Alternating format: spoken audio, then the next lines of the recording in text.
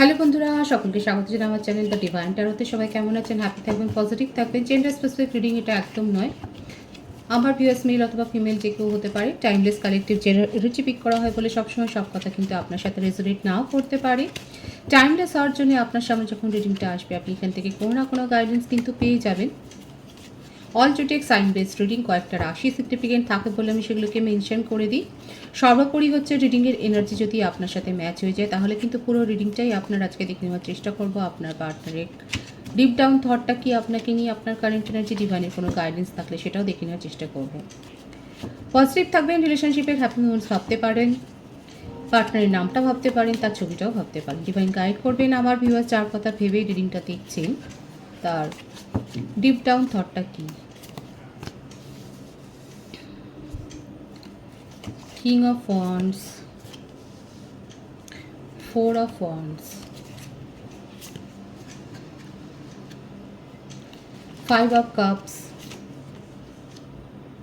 Page of Cups, Three of Swords, Queen of Wands.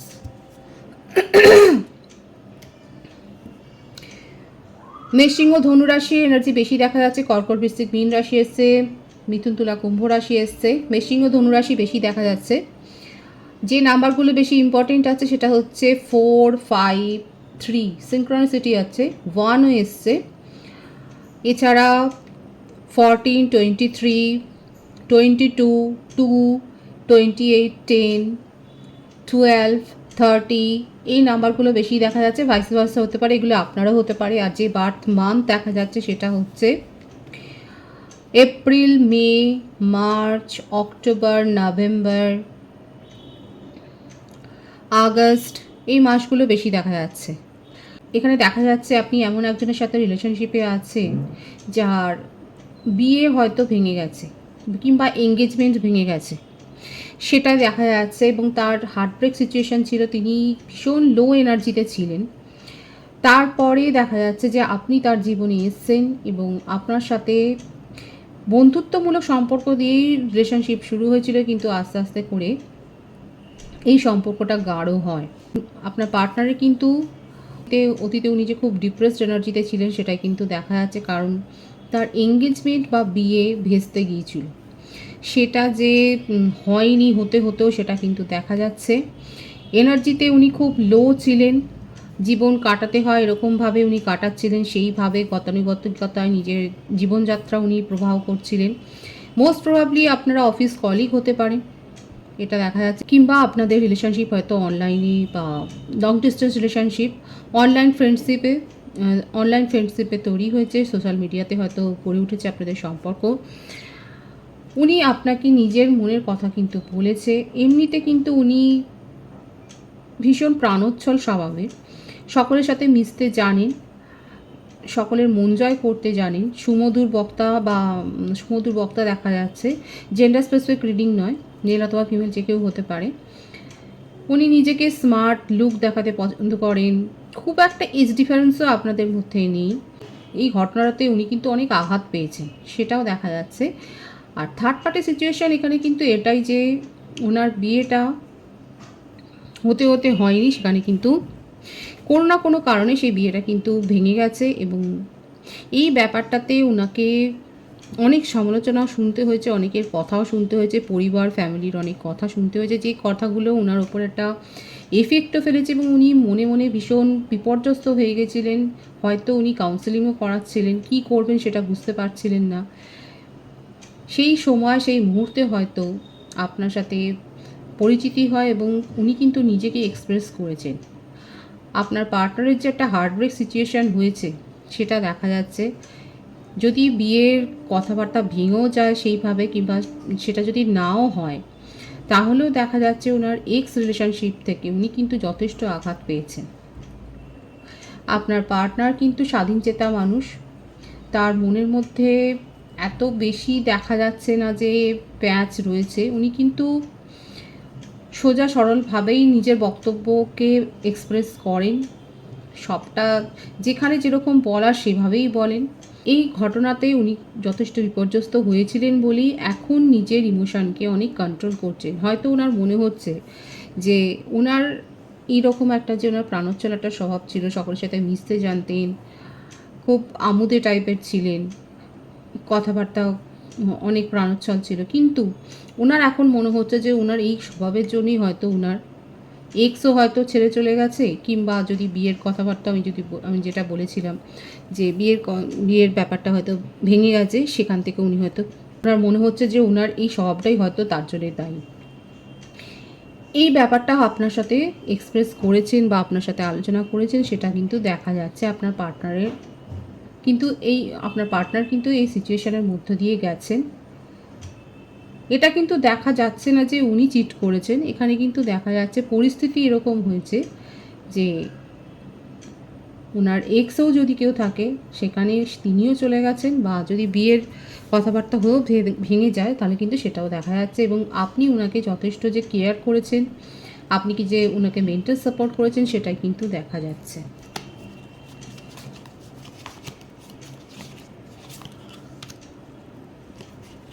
The empress,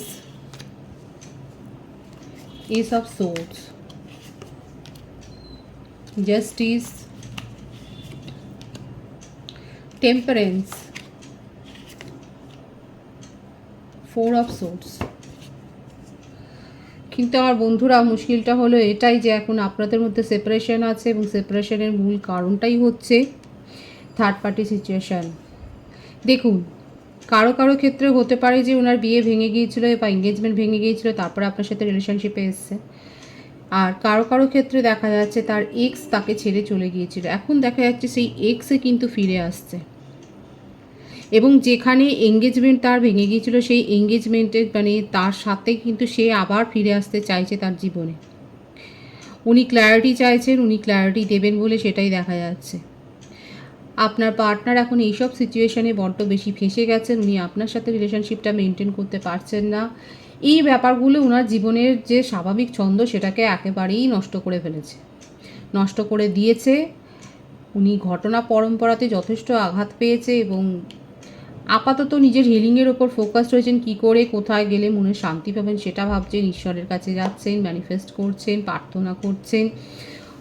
ওনার ফ্যামিলিতে অনেক শোরগোল হচ্ছে এই ব্যাপারগুলো নিয়ে, বা বন্ধুবান্ধবদের মধ্যে একটা সমস্যা তৈরি হয়েছে বা কথাবার্তা চলছে, এগুলো নিয়ে সমালোচনা হচ্ছে, গসিপ হচ্ছে, সেটা কিন্তু দেখা যাচ্ছে। গসিপের কেন্দ্রবিন্দু হচ্ছে ওটাই যে ওনার জীবনে এখন এই আনইউজুয়াল ব্যাপারটা কিন্তু ঘটে গেছে। যদি এঙ্গেজমেন্টও ভেঙে যায়, সেখানেও দেখা যাচ্ছে সেই যে এঙ্গেজমেন্ট ভেঙেছিল সে আবার ফিরে আসবার চেষ্টা করছে, আর তার এক্সও ফিরে আসবার চেষ্টা করছে, তার ঘনিষ্ঠ হওয়ার চেষ্টা করছে। এমনকি তার এক্স আপনার কথা জানতে পেরেছে, ওনার কাছ থেকে আবার জবাবদিহি চাইছেন আপনার পার্টনার, কিন্তু মনে হচ্ছে এগুলো তার নিজেরই কর্মফল, এবং সেই জন্যে এই সমস্যাতে উনি ফেঁসে গেছেন। অদ্ভুত পরিস্থিতি আছে আপনার পার্টনার, ভীষণ একটা আলাদা রকমের এনার্জি এসছে এখানে।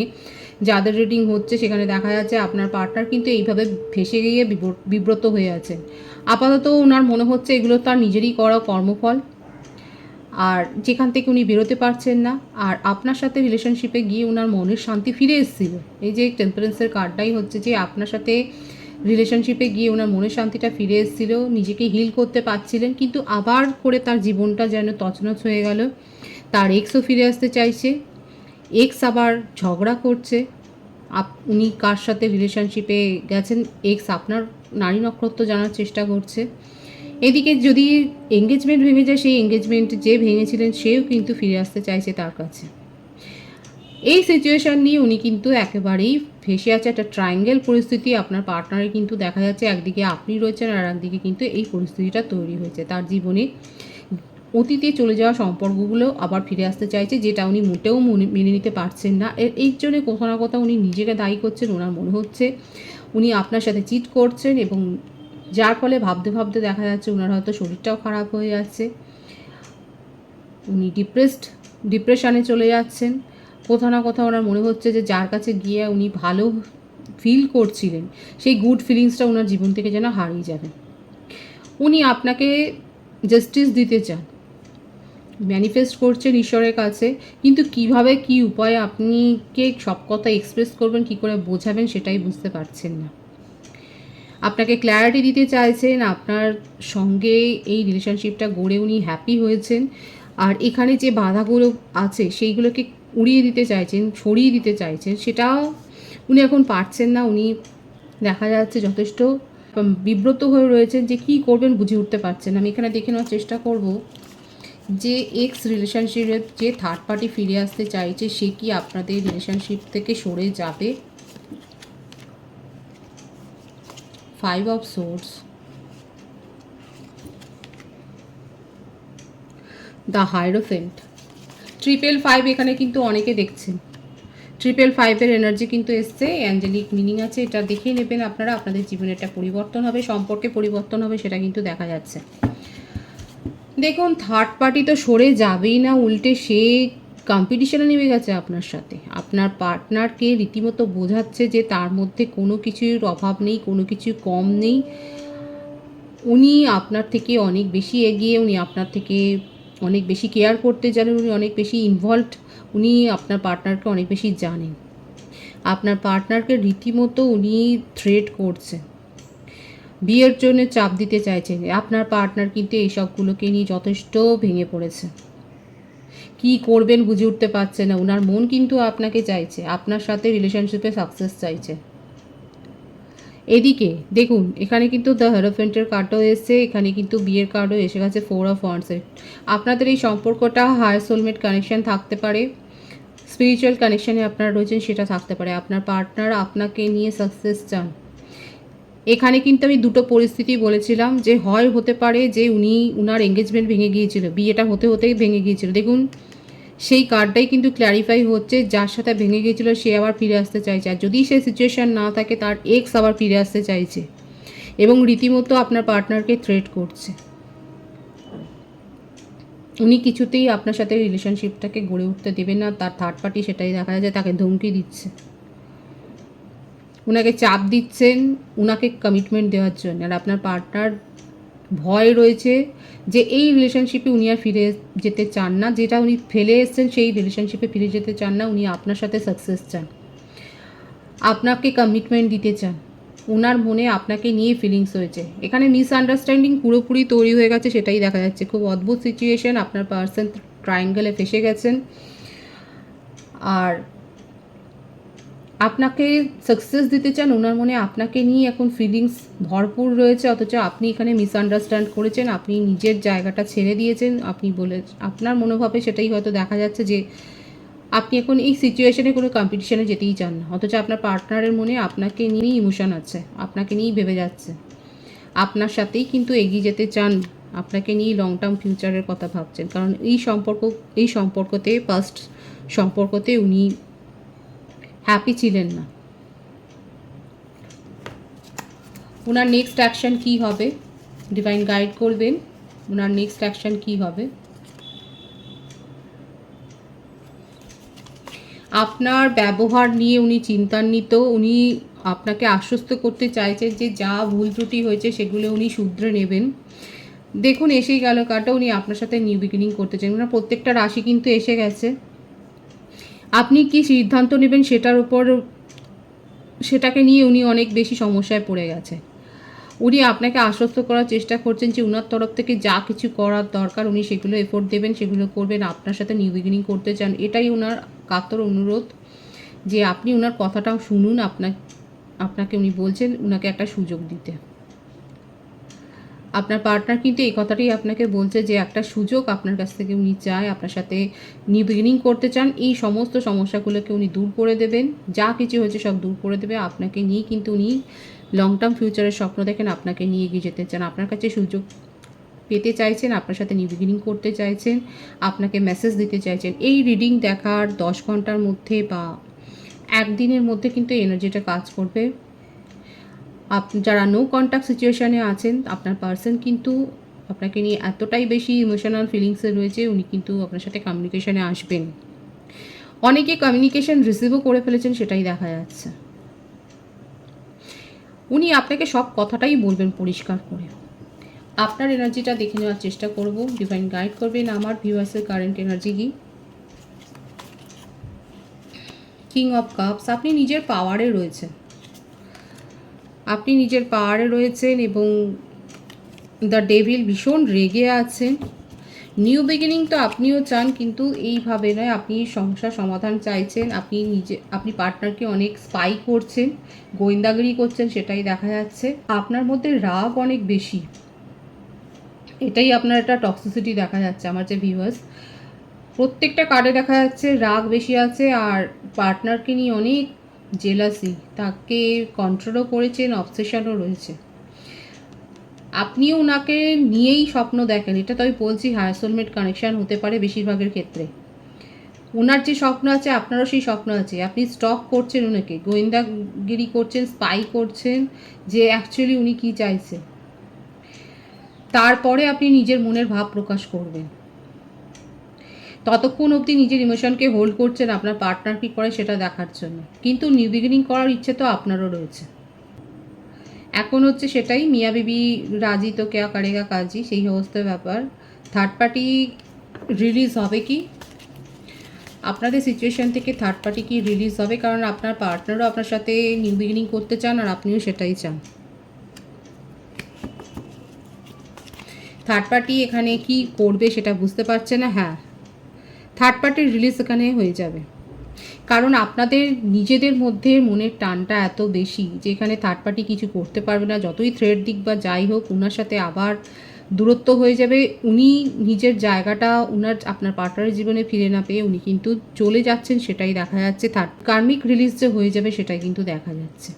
সুতরাং থার্ড পার্টির রিলিজ কিন্তু এখানে হবে। আপনারা যেটা চাইছেন, দুজনের মনের মধ্যেই যে কথাটা চলছে, যে নিউ বিগিনিং করার যে ইচ্ছেটা, সেটা কিন্তু হবে। ডিভাইনের গাইডেন্সটা দেখে নেব।